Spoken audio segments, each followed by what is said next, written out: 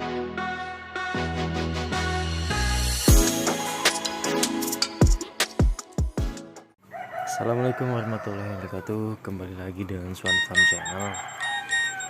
Menanggapi kemarin banyak yang tanya masalah kandang Swan Farm itu seperti apa sih? Apa gimana? Apa koloni? Apa baterai dengan panggung? Berapa kali berapa? Atau misalnya perbandingan jantan betinanya berapa dan berapa gitu kan? Banyak yang tanya. Oke, kita jawab aja ya dengan santai tapi. Karena kandang ini juga tidak sesempurna apa yang dibayangkan kawan-kawan gitu. Masih banyak sekali kurangnya. Ya namanya juga kandang masih belum sempurna ya kawan-kawan ya.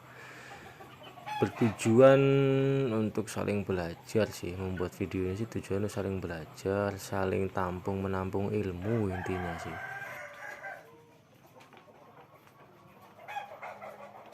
Tidak berbau, tidak mengkontaminasi kanan kiri perumahan warga gitu kan. Yang kedua, banyak yang tanya tentang perbandingan jantan dan betinanya. Kalau masalah jantan betina, tingkat fertilitas telur bisa dicek setiap minggu di penetasan hari keempat peneropongan. Biasanya seperti itu. Melihat saya juga mencatat, mendata gitu. Jadi jantan kandang 1 sampai 16 saya tulis setiap minggu, saya cek.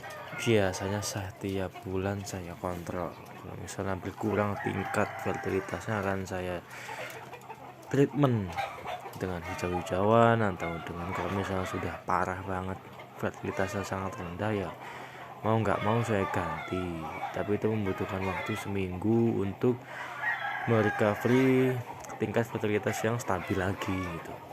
Ya, ini kandang baterai bekas ayam arak petelur di Sony Farm dahulu ya. Kurang lebih sepanjang ini dulu kapasitas 2000 ayam Arab. Ya ini tinggal kurang lebih berapa itu, 400 mungkin populasi yang masih bisa dipakai gitu.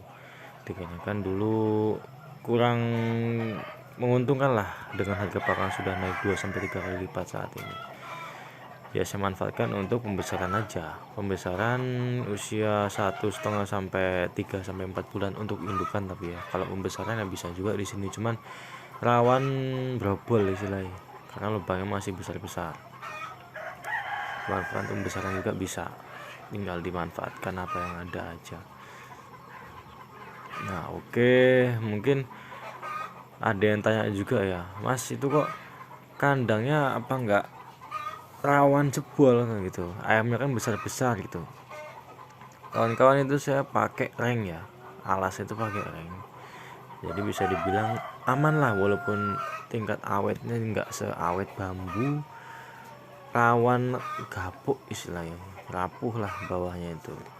Kalau untuk yang nah itu dia, saya memakai bambu untuk yang saat ini. Yang tingkat ini saya pakai bambu dikarenakan melihat sejauh track record dulu itu pakai ring gampang gapuk ya, jadi bisa dibilang jebolnya itu cepet gitu.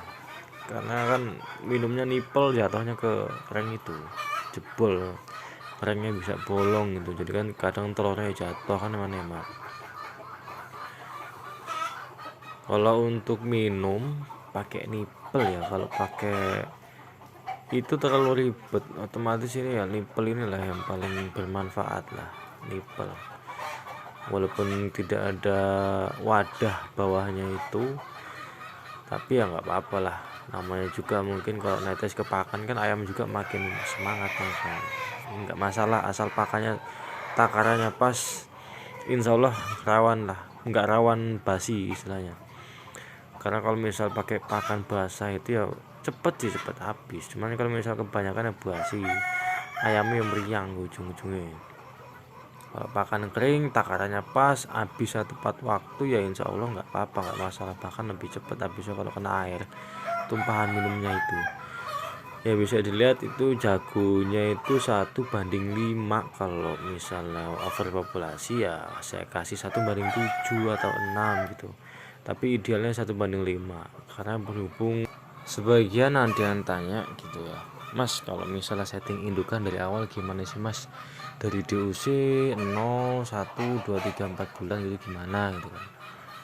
Kalau berdasarkan yang pernah saya alami di PT dulu, pernah bekerja di perusahaan ayam telur, settingan awal tuh pengaruhnya besar banget, dari DUC, dari pakannya, dari waktunya itu sangat penting ya, vaksin segala macam itu penting banget, dari indukannya juga.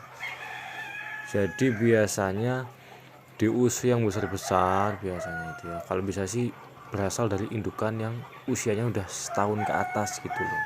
Jangan sampai indukan muda ditetasin dijadiin indukan, itu biasanya nanti molor, masa bertelurnya itu molor, bisa sampai 7 bulan itu belum ngendok biasanya gitu.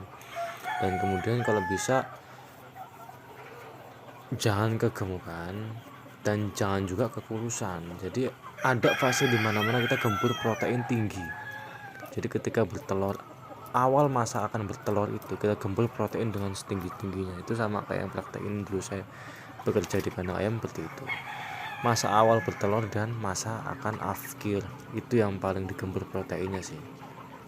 Ya intinya itulah gambarannya.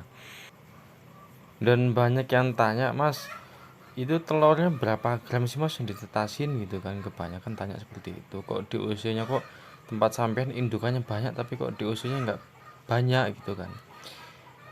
Ya ini kebetulan yang saya tetasin itu yang 40 gram ke atas, yang di atas. Nah ini dia yang 40 gram ke atas, yang besar-besar gitu kan.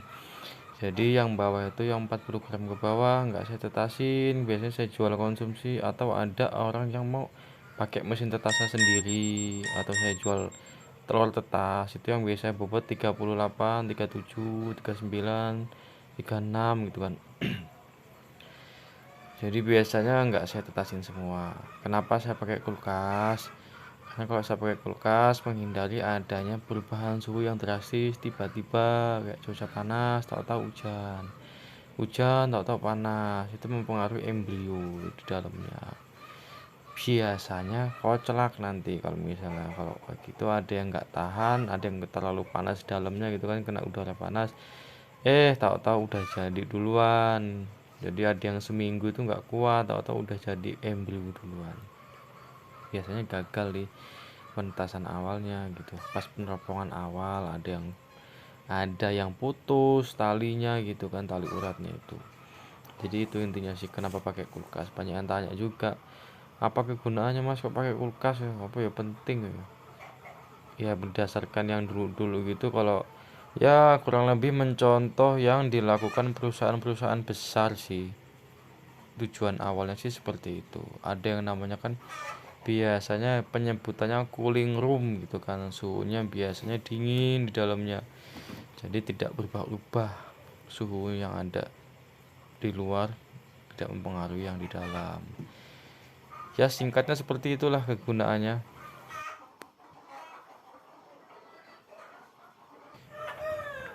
Ini calon-calon indukan KUP2, seperti inilah gambaran ayamnya gitu.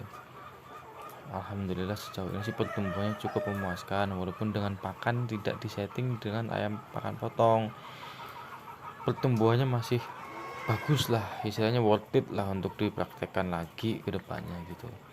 Walaupun tidak full pakan pedaging, ini insya Allah pakan adukan pun ya masih bagus pertumbuhannya. Ini kemarin 49 hari atau 7 minggu itu bobot jantan 950 gram, yang betinanya 750 sampai 800. Ya bisa dibilang pakannya pun pakan aduan opo enene, apa enenge lah istilahnya. 1 bulan full pakai 5-11 polos, 1 bulan ke atas pakai pakan petelur. Kadang tak campur pakai sinta dulu. Sinta ya pakan pedaging juga, tapi lebih sering pakai pakan petelur.